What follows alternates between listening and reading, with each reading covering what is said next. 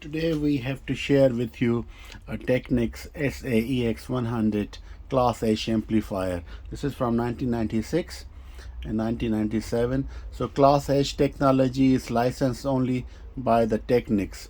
So they have developed a chip which is a completely amplifier in it, and it's a low power high output chip. So they only use in Technics certain amplifiers. This has been used in this. So this amplifier has a built-in tuner, and this whole section is for the tuning. You can see that this is the tuning up and down. These are the preset. These are the band. This is a FM auto, stereo or mono. These are the memory of the tuner, basically AM FM. And input, it has a VCR, tape, CD, tuner, and the phono with the ground also. This is the muting. This is a volume control which is motorized and can be controlled with the remote control. This bass, treble, and the balance. This is the basic function of the amplifier here. These are the inputs selected, and it has RDS also, so it can also read the data with the FM tuner signals and display the name of the channel on the screen. Screen is LCD, you can see, and this is the full function remote control, and you can control all of the features of this amplifier. It's a 80 watt 2-channel amplifier. Impedance of a speaker is from 4 to 16 ohms. Any speakers can match 4, 8 ohms or 16. I advise to use 4 ohms, so less impedance, less wasted power, and use the good cable between the amplifier and the speaker always, so you don't have then reflected power back to the amplifier. Those amplifiers, they have protected circuitry inside, but it's just the power is going to the speakers, and the speakers are not meshed, so the half of the power is returned back by the, if the cable is good and the speakers are matching, then you have a good quality sound and less power is wasted. All power is just driven by the speakers. So if you see, the volume control is moving. It's the motorized one, and it's controlled by the remote.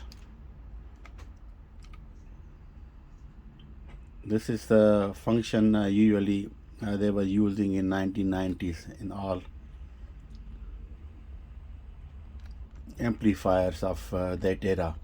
So I turn it back and I show you what are the inputs and outputs. Then we're going to have a peek inside in the circuitry. At the end we do the sound test. That's the plan for today.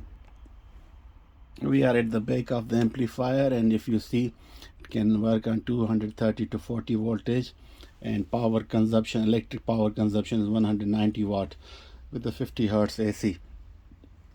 This is the fan.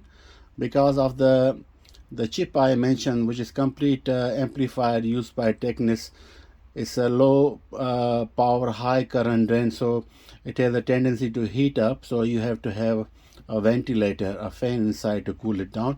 These are the speakers, only 2 channels. You can use 4 to 16 ohms, is written also here. This is the antenna jack for the tuner. This is the FM, this is the AM, and AM loop can go over there, and this is the ground for the AM antenna. This is the ground for the phono input. This is the phono input. This is the ground for that CD, and you have a tape in and out for recording in the playback, and you have a VCR in and out. So that's how it is. Pretty basic from the back side. Now let we open and see what is inside the box. So we open the cover, and that's how it is. So this is the chip I was talking about. This is a complete audio amplifier chip. It's a complete audio power module, class H plus. So this is registered with the basically only with the Technics, so they have used it. And here you have a drivers, 2 drivers, which create little bit power output up to 1 or 2 watts per channel, and then they feed to this audio power module, and that amplifier that heats up a lot. That's why they use the fan. Here is a transformer, quite heavy. And this whole circuit down is basically preamp, buffer and driver stage and the PA stage. And here, I don't know if you can see it, this is the tuner. This is the AM FM input tuner, which is go to the pre stage and go further. And here the green thing, the big PSP, you are seeing it. This is the control device. This is the chip which is control the all functions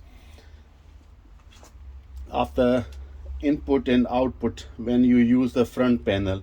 And this is only power on off the circuitry on this small board. It's control over there. This is the volume control. You see the motor, small motor to control it. And let me turn it. So I wanted to show you the chip good. I hope you can see it. This is the power module. This is a complete amplifier in that chip, and it produces a very good sound. So some of the amplifier they even use two, which are 4 channel. This is a 2 channel, so they use only one chip. It produces 80 watt of power output. So that's how it looks like from inside. This is the big heat sink, of course, you know, to dissipate the heat, and the fan blow up to cool it down. Since I open, I'll do some air blowing to take the dust out. So close your ears, will be a lot of noise. Other thing I would like to mention, this is the power filtration circuit from converting from AC to DC. So these are 4 diodes. They are connected in the bridge rectifier circuit is called. So you put the AC and it convert into the DC, and these 2 capacitors, they are 4700 micro ohms rated up to 63 volt. In my opinion, they could have used a little bit bigger.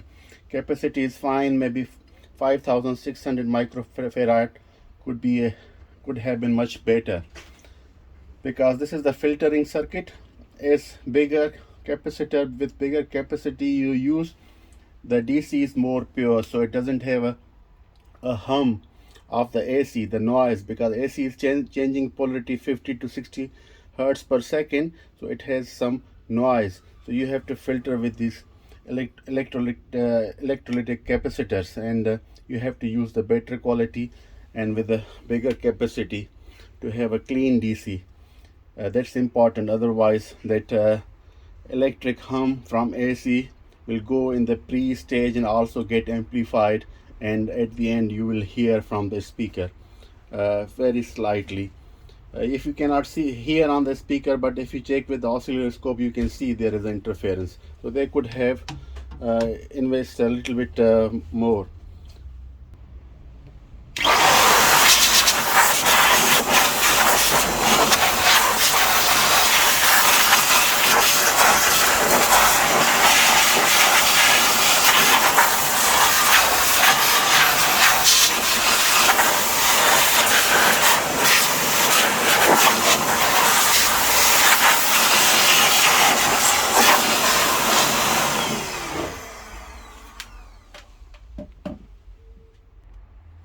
Now we do the sound test. I connected the antenna. So we do the radio first on the tuner to see. So turn on.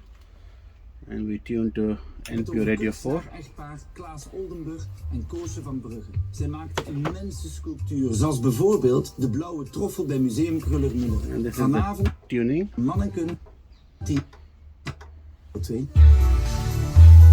are the presets. Different channels. Of je zaak. Zwaar wel op. Kruinkel. These are the medium wave and FM. Long wave also. It has long wave also. So long wave, FM, medium, FM.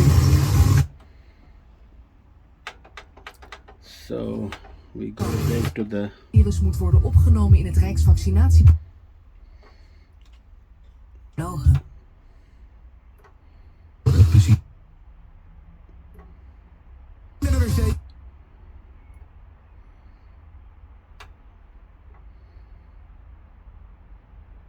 Nederlandse marine.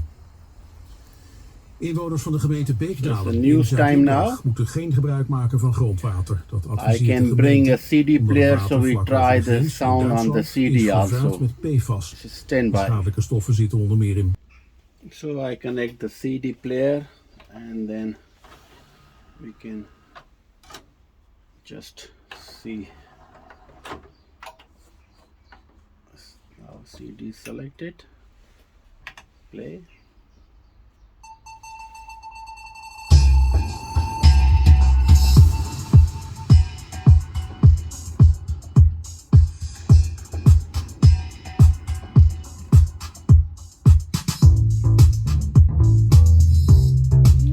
It has a good sound.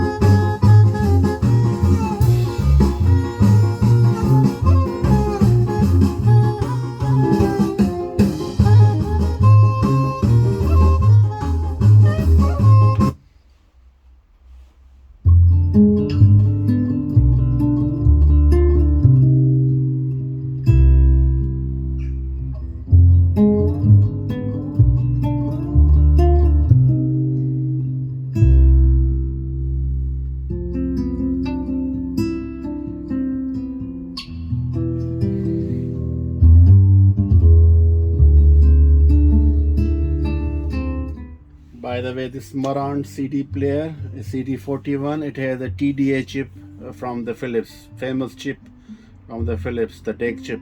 So it sounds beautifully well.